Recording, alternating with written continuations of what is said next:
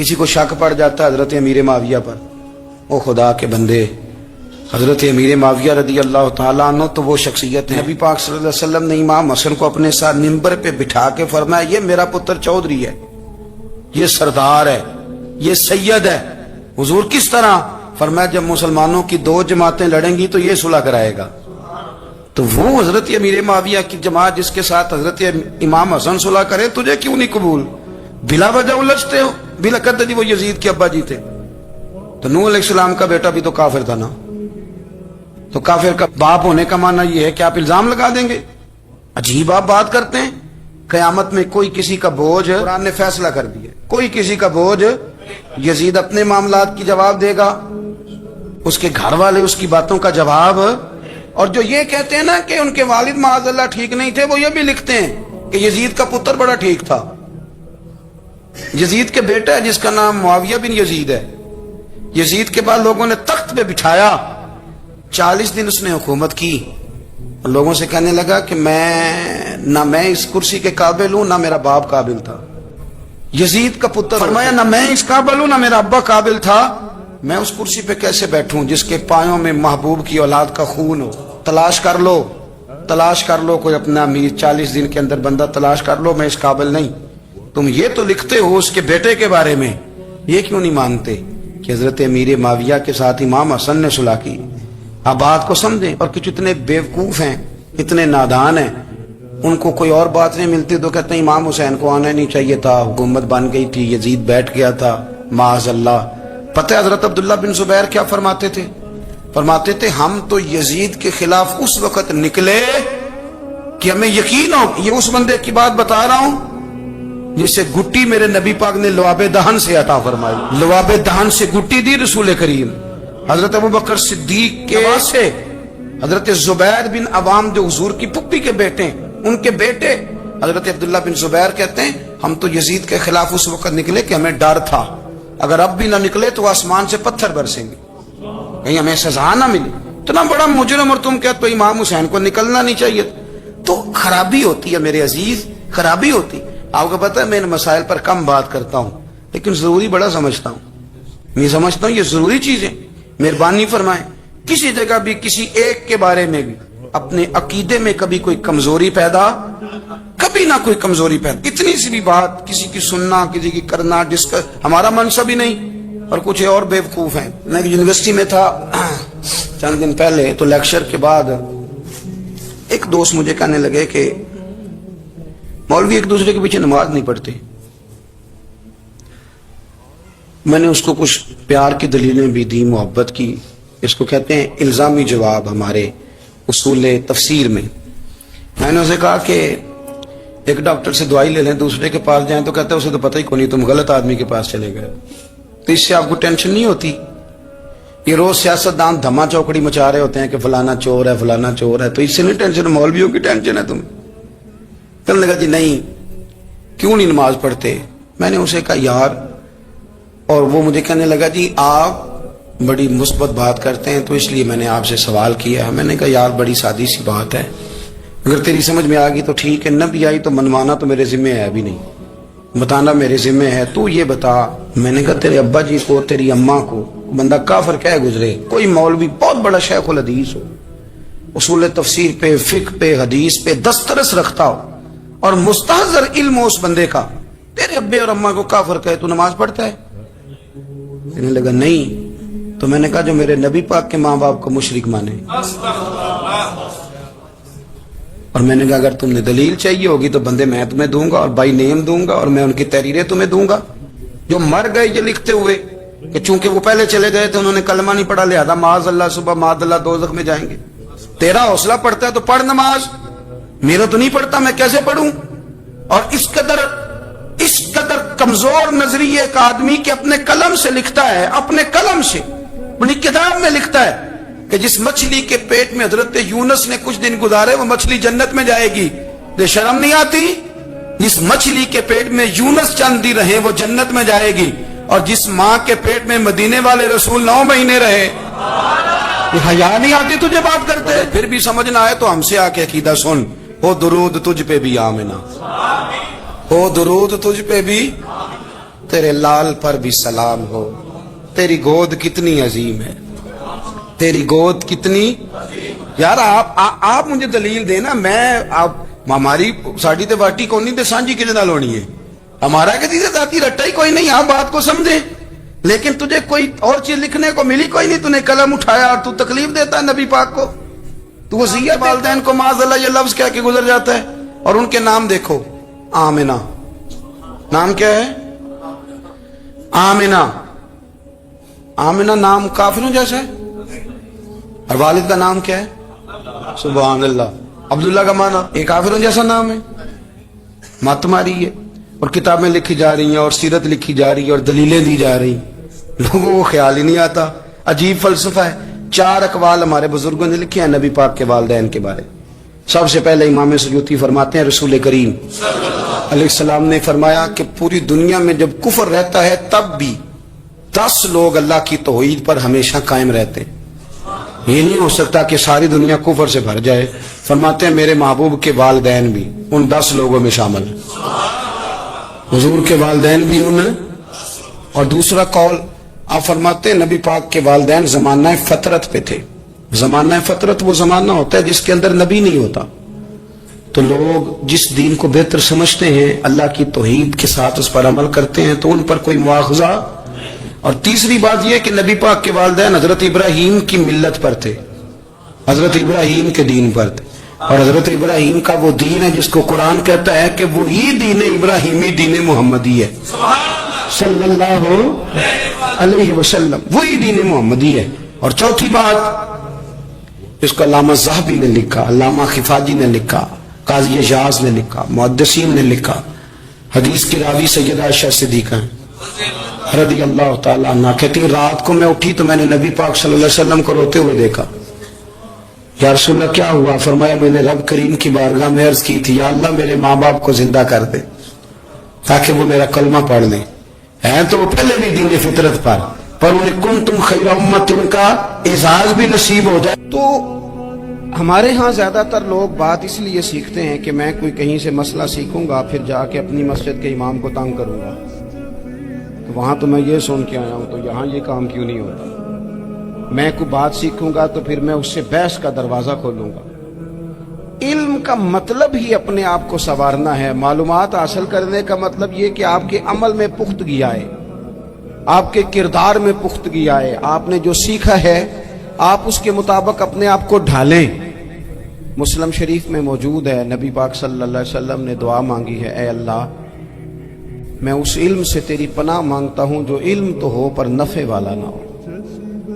جس بندے کے علم نے اسے نفع نہیں دیا، وہ کچھ سیکھ نہیں سکا اس سے، تو اس کا علم کسی کو کیا نفع دے گا جب خود سے اس نے. اور صوفیہ کرام تو فرماتے ہیں کہ جو لوگ بڑی معلومات حاصل کر لیں، بڑی باتیں سیکھ لیں، پنچایت میں کسی کو بولنے نہ دیں، گھر میں کسی کو بولنے نہ دیں. بہت سارے لوگ تو علماء کو بھی مشورہ دیتے ہیں بڑی باتیں کرے، لیکن عمل کے لحاظ سے بندہ زیرو ہو تو اہل دل فرماتے ہیں اس کی صحبت سے بچو. اسے بڑا پتہ ہے، بڑی باتیں آتی ہیں، بڑی باتیں آتی ہیں، بڑی باتیں کرتا ہے، لیکن گفتگو کی حد تک تو بہت بڑا ہے، عمل کے معاملے میں صفر ہے. بہت سارے لوگ مسجد کے حجرے میں میٹنگ ہو رہی ہوتی ہے اور وہ لمبی لمبی دلیلیں اور مشورے دے رہے ہوتے ہیں. نماز کا ٹائم آ جائے تو اٹھ کے چلے جاتے ہیں، کہتے ہیں میں اپنے محلے کی مسجدیں پڑھنی ہوں. کئیوں کو کام یاد آ جاتا ہے. فرمایا کہ شخص کے پاس معلومات بڑی ہوں لیکن عمل کے معاملے میں بندہ زیرو ہو تو اسے بچنا کیوں؟ اس لیے کہ اگر پڑھا لکھا آدمی بے عمل ہونا تو وہ اپنی بے عملی پر بھی دلیلیں پیش کرتا ہے. وہ کہتا ہے میں یہ کام نہیں کرتا تو یہ میرے پاس دلیل ہے. وہ تو بے عملی کو بھی مزین کر دے گا معاذ اللہ. تو دینی تعلیم ایک تو حاصل اس لیے کریں کہ ہم نے اپنے آپ کو سنوارنا ہے، اور دوسرا علم کا شوق طبیعت میں ہو. دیکھیں نا اللہ کے حبیب صلی اللہ علیہ وسلم نے فرمایا ہے کہ جو علم کے رستے پہ چل پڑا وہ جنت کے رستے پہ چل پڑا ہے. جمعوں میں محفلوں میں کانوں کے ذائقے کے لیے نہ آئیں، اس لیے آئیں کہ میرے علم میں میرے عمل میں یہ کوئی اضافے کی بات بنے گی. میں کوئی نصیحت حاصل کروں گا تو میرے دل کا زنگ اترے گا. ہمارے ہاں یہاں لوگ مزے کے لیے آتے ہیں اور آج کل لوگ فوٹو کے لیے آتے ہیں. ان دو کاموں سے نکل کر خالص اصلاح کی نیت سے علم کا شوق ہمارے ہاں تیزی سے ایک حرکت کی گئی. علماء کا وقار خراب کیا گیا اور لوگوں کو دینی علوم سے دور کیا گیا. اور اس میں بعض بیچارے واعظین اور خطباء نے بھی کردار ادا کیا جب جعلی پیر کی تعریفیں کھول کے کی اور اسے پتہ نہیں کہاں تک. یہ اسٹیج ہوتے ہیں نا، ان میں کوئی بندہ اچھا لگے بھی تو اس کے لیے دعا کرنی چاہیے، تعریفیں نہیں کرنی چاہیے.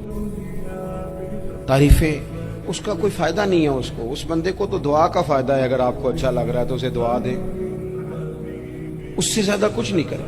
اور ہمارے ہاں جناب وہ نقیب محفل بیچارے کی شامت آ جاتی ہے اگر تعریفیں تھوڑی کرے تو کہتے ہیں انہوں تو نام ہی نہیں لینا ہوں. وہ بھائی اس کے نام لینے سے آپ کا قد اونچا ہوتا ہے. تو علم اور عالم ان دونوں چیزوں سے قوم کو دور کیا گیا. دینی تعلیمات کا فقدان ہے. جو میٹرک تک لوگ 60-70 کتابیں پڑھ جاتے ہیں انہیں بھی قرآن پاک ٹھیک سے نہیں پڑھنا آتا. دور کیا گیا. آپ مجھے بتائیے، چلیں ایک مسجد ہی آپ دیکھ لیں، اس مسجد کے اندر اگر ایک طرف ایک عالم دین مشکات شریف کھول کے بیٹھے ہوں، حدیث پاک کا درس ہو رہا ہے، یا بہار شریعت کھول کے بیٹھے ہیں، فقہی مسائل بیان کیے، اور اسی مسجد میں ایک بابا جی جبہ پہن کے تگڑا سا بڑی سی پگڑی باندھ کے اور 500 دانے والی تسبیح لے کے بیٹھے ہیں. اب ایک بندہ اندر آتا ہے تو وہ کدھر جائے گا؟ عالم کی طرف کہ بابا جی کی طرف؟ وہ کیوں جا رہا ہے بھلا بابا جی کی طرف؟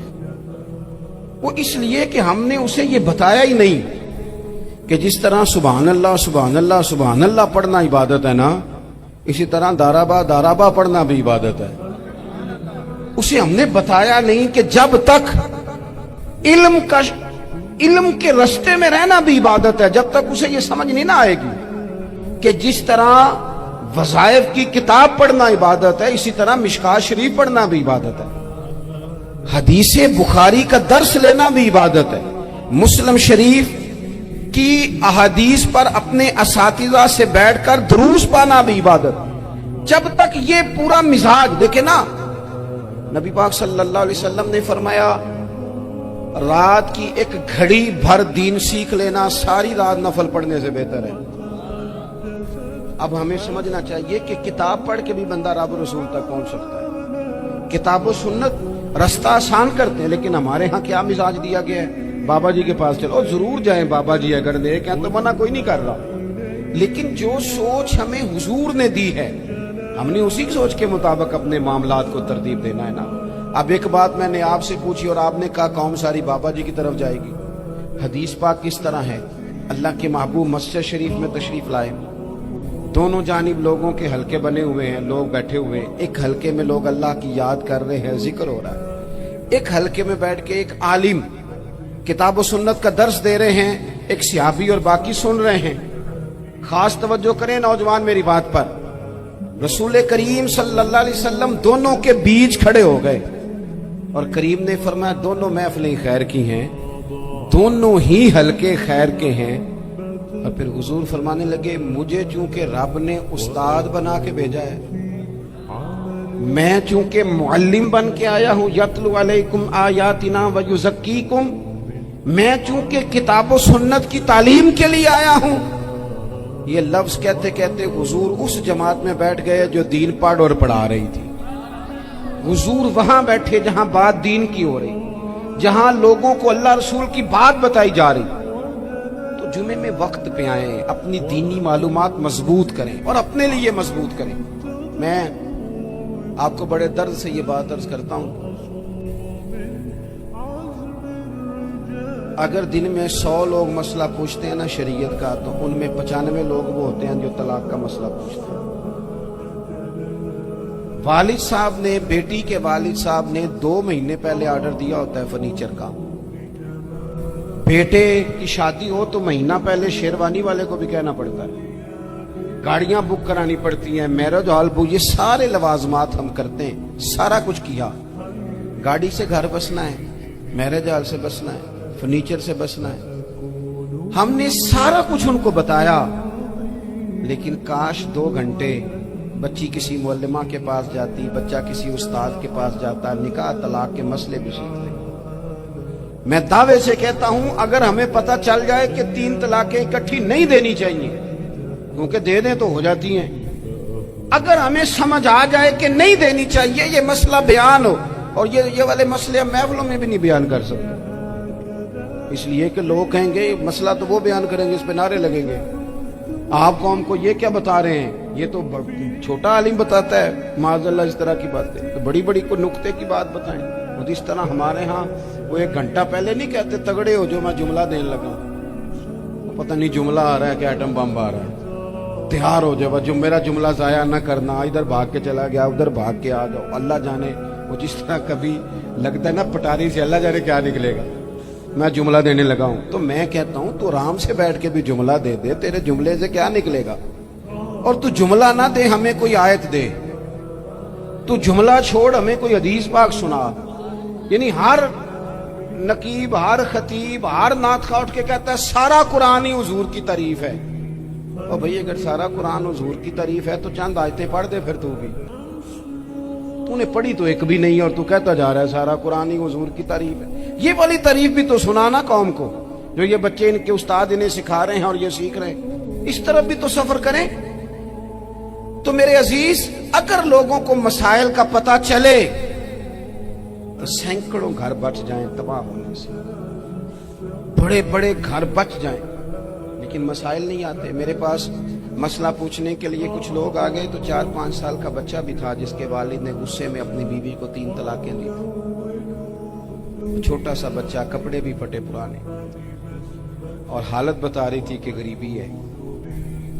تو جب میں نے مسئلہ بتایا کہ 3 طلاقیں ہو گئی ہیں تو واپس جانے لگے، تو بچہ مجھ سے کہتا ہے دیہاتی آدمی، تو کہنے لگا مولوی صاحب میری اماں تے نانی کہنی اسن پوچھ کے آئی آپ کہ ہن اسی لہدا لہدا ہی رہنا ہے۔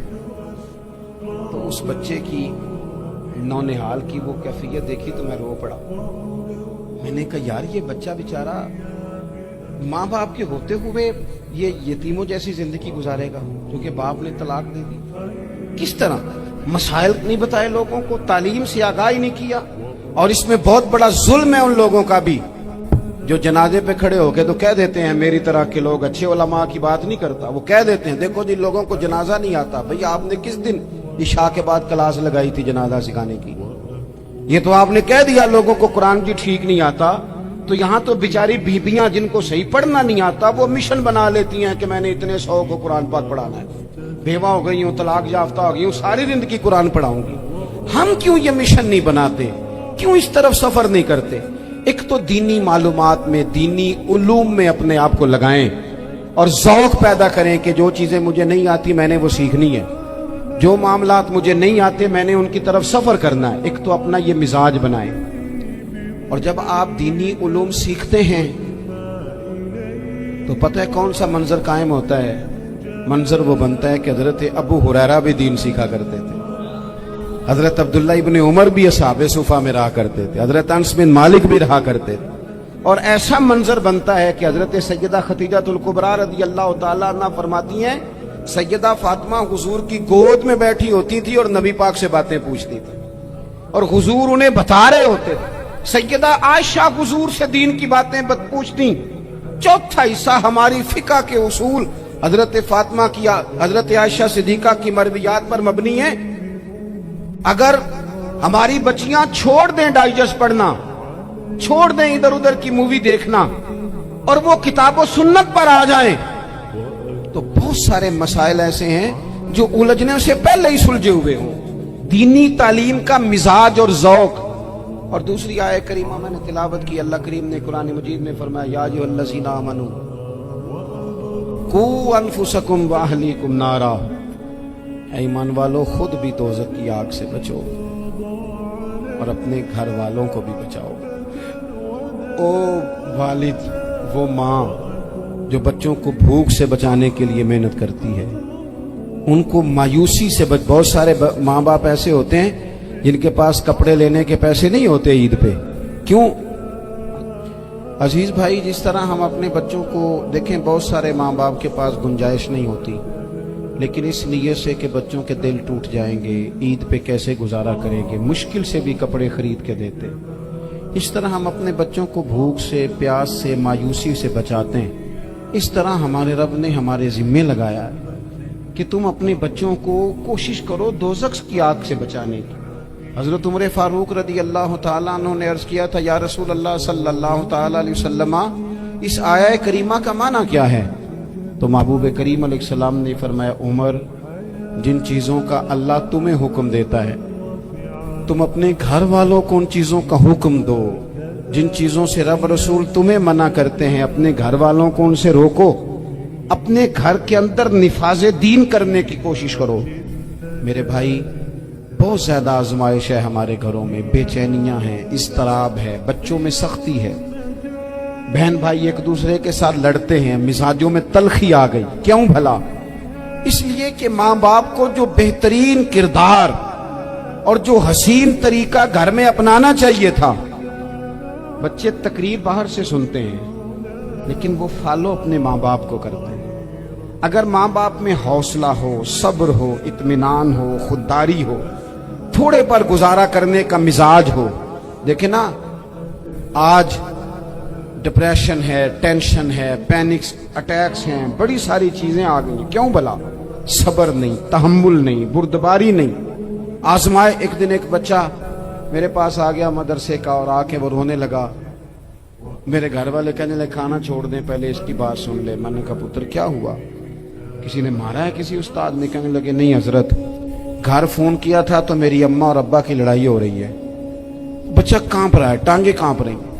میں نے کہا کیا ہو کیا گیا تمہیں پتر؟ لڑائی ہو رہی ہے تو گھروں میں ہو ہی جاتی ہے۔ کہنے لگے نہیں، آپ کو پتہ نہیں، وہ بڑا سخت لڑتے ہیں۔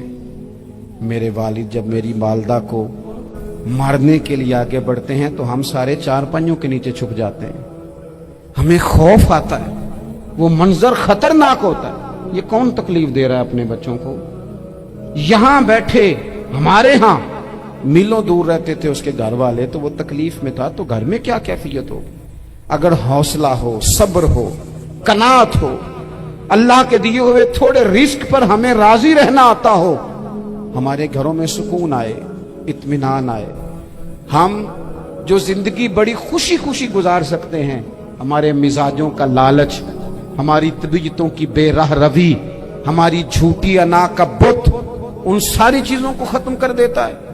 اپنی زندگی کے اندر اگر ہم وہ کردار اپنے بچوں کو دیں، جس کردار میں موبائل بھی ہو، جس میں گاڑی بھی ہو، جس میں پیسے بھی لا کے ابا دراز میں رکھتا ہو، لیکن والد کا گھر میں مصلی بھی موجود ہو، اس کی کوئی تسبیح بھی ہو، وہ یہ بھی کہتا ہو کہ خدا نے اپنے فضل سے آج 5000 دیا ہے تو اس میں 1000 غریبوں کا بھی ہے، اس میں تھوڑا سا میں نے اللہ کی رضا کے لیے بھی رکھا ہے۔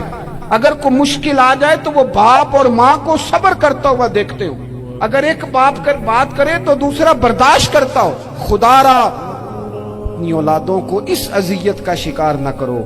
اپنے گھروں کے اندر وہ خودداری، وہ پیار، وہ وقار، وہ محبت، وہ انداز۔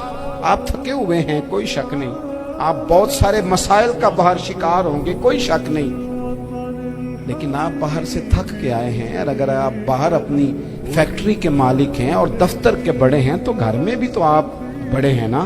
آپ کی ماں بھی تو انتظار کر رہی ہے، اس نے بھی تو دکھڑا سنانا ہے نا آپ کو۔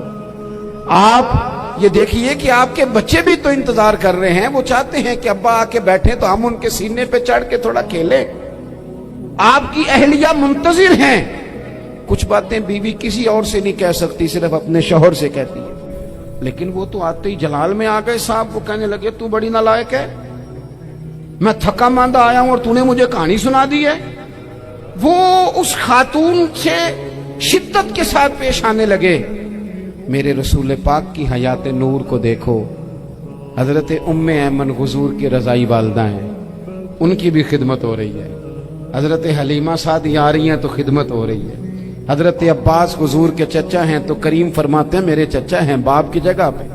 حضور دوست احباب صحابہ غلاموں سب کے ساتھ پیار کر رہے ہیں۔ 9 ازواج مطہرات ہیں گھر کے اندر، اور کیفیت یہ ہے کہ حضور صرف ان کی ضرورتوں کا ہی خیال نہیں کرتے، خواہشات کا ہی خیال نہیں کرتے، بلکہ میرے کریم کا طریقہ یہ ہے کہ کوئی بندہ آج بول کیا رہا ہے، وہ کہاں کھڑا ہے، آج اس کے جملے کس طرح کے ہیں، اس کا لہجہ کس طرح کا ہو گیا ہے اور اسے ٹھیک کیسے کرنا ہے.